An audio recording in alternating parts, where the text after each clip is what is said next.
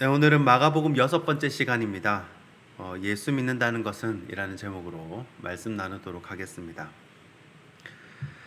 성경에는 한 번씩 잘 살고 있는 사람을 잡아다가 이 사람의 믿음이 진짜인지 아닌지 본인의 동의도 구하지 않고 막 고난을 주는 경우가 있습니다.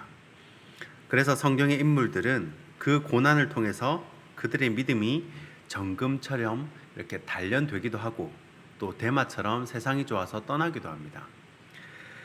특히 욥 같은 경우는 아무리 봐도 참 너무너무 불쌍하다 하는 생각이 듭니다.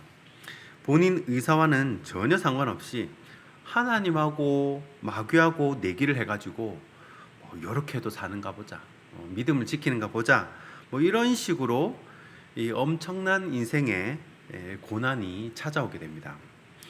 하루아침에 전 재산을 날리는가 하면요, 하루아침에 자녀들이 다 하나님께 불려갑니다. 그리고 온몸에 진물이 나오는 악창에 걸렸는데도 욥은 하나님 감사합니다 뭐라고 고백을 하니까 아내가 이상한 거예요. 그죠? 제정신이 아닌 거죠. 그러고도 하나님을 찾냐고, 하나님이 어디 있냐고, 그냥 하나님 저주하고 죽으라 하고 아내는 도망을 갑니다. 사실 이런 것이 굉장히 믿음을 지키는 데 있어서는 어려운 테스트입니다. 일제 강점기 때 그렇게 믿음이 좋던 성도님들, 목사님들이 딱 신사참배하라고 목에 칼이 들어오니까 수없이 많은 사람들이 이제 배교를 하게 됩니다. 그때 주기철 목사님은 자신의 설교 제목처럼 일사각오로 그의 믿음을 증명해 내셨습니다.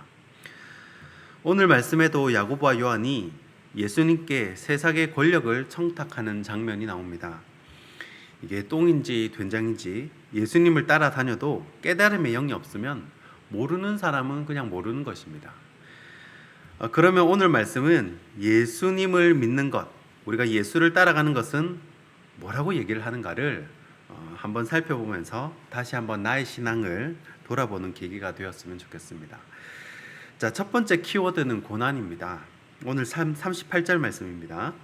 예수께서 이르시되 너희는 너희가 구하는 것을 알지 못하는도다. 내가 마시는 잔을 너희가 마실 수 있으며 내가 받는 세례를 너희가 받을 수 있느냐. 아멘. 자, 야고보와 요한이 생각하는 예수는요, 세상의 왕이었습니다. 없던 데서 빵도 생기게 하고 죽어가는 사람도 살리고, 아니요, 죽은 사람도 살리는 그런 왕 중의 왕이었습니다. 예수님만 잘 믿으면, 예수님만 잘 따라가고 예수님한테 이렇게 잘 보이면 나중에 한자리 할 수도 있고 또 사회적 안정도 누릴 수 있는 그런 철밥통처럼 생각을 했습니다. 자, 물론 우리 예수님은 세상의 모든 부귀 영화보다 빛나시고 부유하신 분입니다. 그리고 무엇보다도 누구보다도 우리를 사랑하시고 우리를 부욕해 하시길 원하시는 분이십니다. 그러나 지금 예수님은 인류의 죄를 대신 지셔야 하기 때문에 지금 죽음 앞에 이제 시한부 인생을 살고 계신 것입니다. 거기다 대고 한자리 해달라고 하니까 예수님의 심정이 어떠하셨겠습니까? 우리가 십자가를 따른다고 할 때 필연적으로 따라오는 것이 고난입니다. 한때 신유은사를 가진 목사님을 부러워한 적이 있습니다. 나도 신유은사를 가지면 내 손을 닿는 사람은 다 낫고 이 엄청난 부흥을 이루어서 좋은 아파트에 좋은 차를 타면서 대접받고 사는 목회를 생각한 적이 부끄럽지만 있습니다.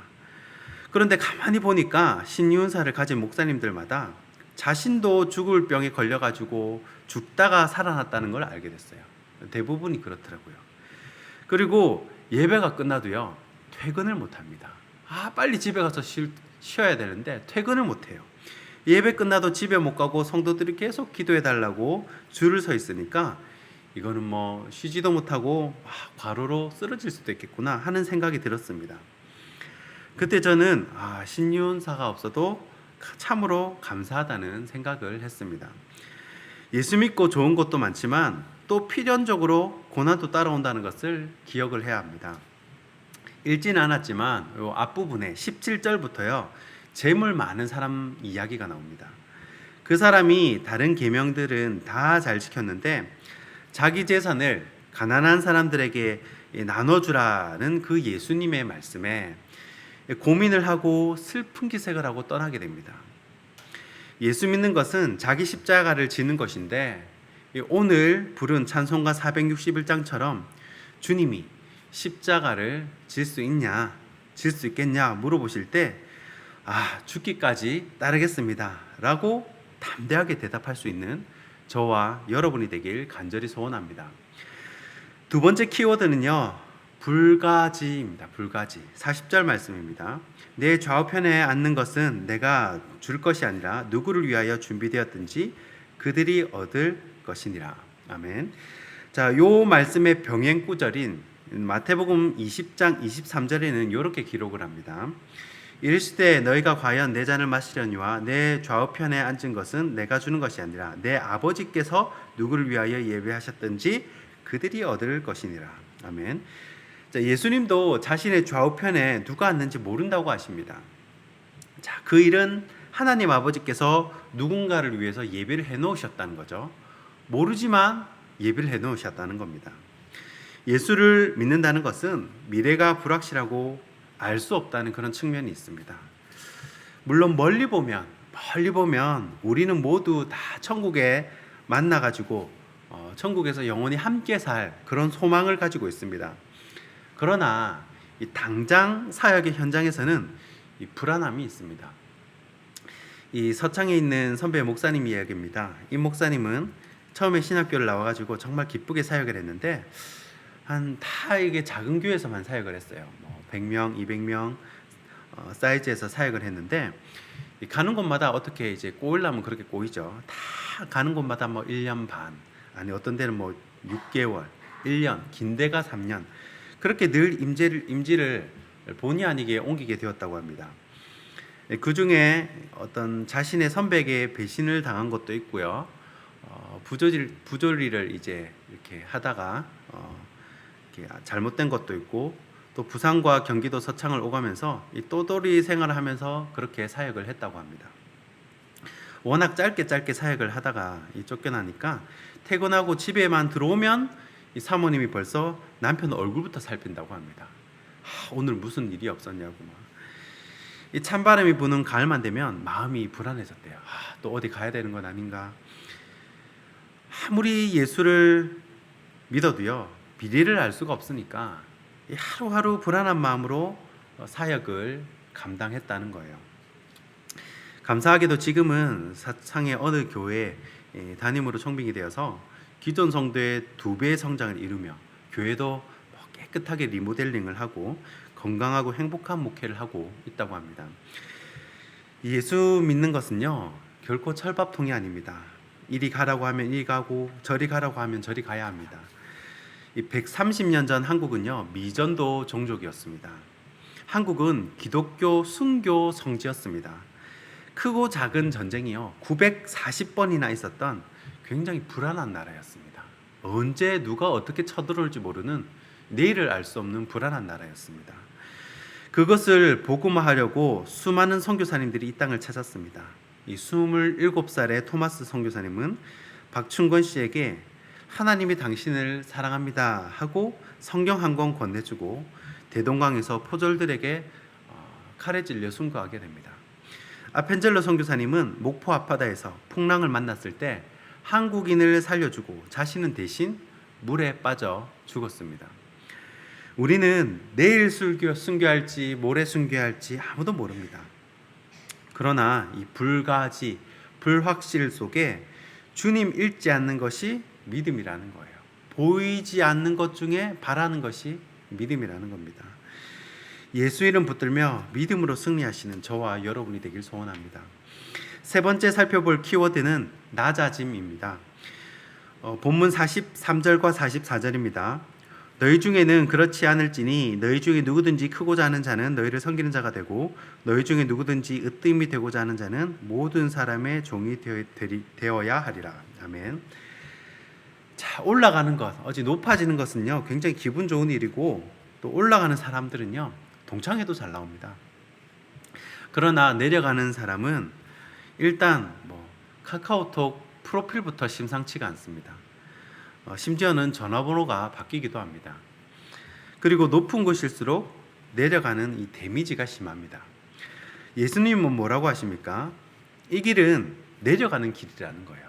이 길은 종이 되는 길이고 섬기는 길이고 올라가는 길이 아니라 내려가는 길이라는 것입니다. 예수님이 인간의 몸을 입고 이 땅에 오신 것 자체가 자기 비하이고 주님의 낮아지심입니다. 예수 믿는다는 것은 낮아지는 것부터 시작을 하는 것입니다. 왜 그렇습니까? 먼저 낮추시고 낮아지는 법을 먼저 배우고 또 때가 되면 그분의 방법대로 높여주시기 위한 하나님의 뜻이 있기 때문에 그렇습니다. 야고보서 4장 10절 말씀입니다. 주 앞에서 낮추라. 그리하면 주께서 너희를 높이시리라. 아멘. 항상 낮아지는 것이 먼저입니다. 원리가 그래요. 낮아지는 것이 먼저입니다. 낮아짐의 원리는 튜브를 물속에 넣으면 위로 솟아오르는 부력의 원리와 같습니다. 왜냐하면 우리는 모든 이름 중에 뛰어난 예수의 이름을 우리 속에 가지고 있기 때문에 결국은 높아지게 되어 있다라는 것입니다. 말씀을 정리하겠습니다. 예수님을 사랑한다는 것은요, 예수님을 사랑하는 것 외에 다른 것은 문제 삼지 않는다는 겁니다. 요즘 물가 상승폭이 굉장히 심합니다. 그러나 저처럼 화장품이나 명품 가방에 무관심한 사람은요, 아무리 화장품 가격이 오르고 가방 가격이 올라도 전혀 신경 쓰지 않습니다. 신경이 전혀 안 쓰여요. 화장품을, 가방을 사랑하지 않기 때문에 그렇습니다. 반면에 이 라면 가격이나 치킨 가격에 민감하면 이 라면과 치킨을 사랑하는 겁니다. 이 돈이 문제가 된다면 돈을 사랑하는 것입니다.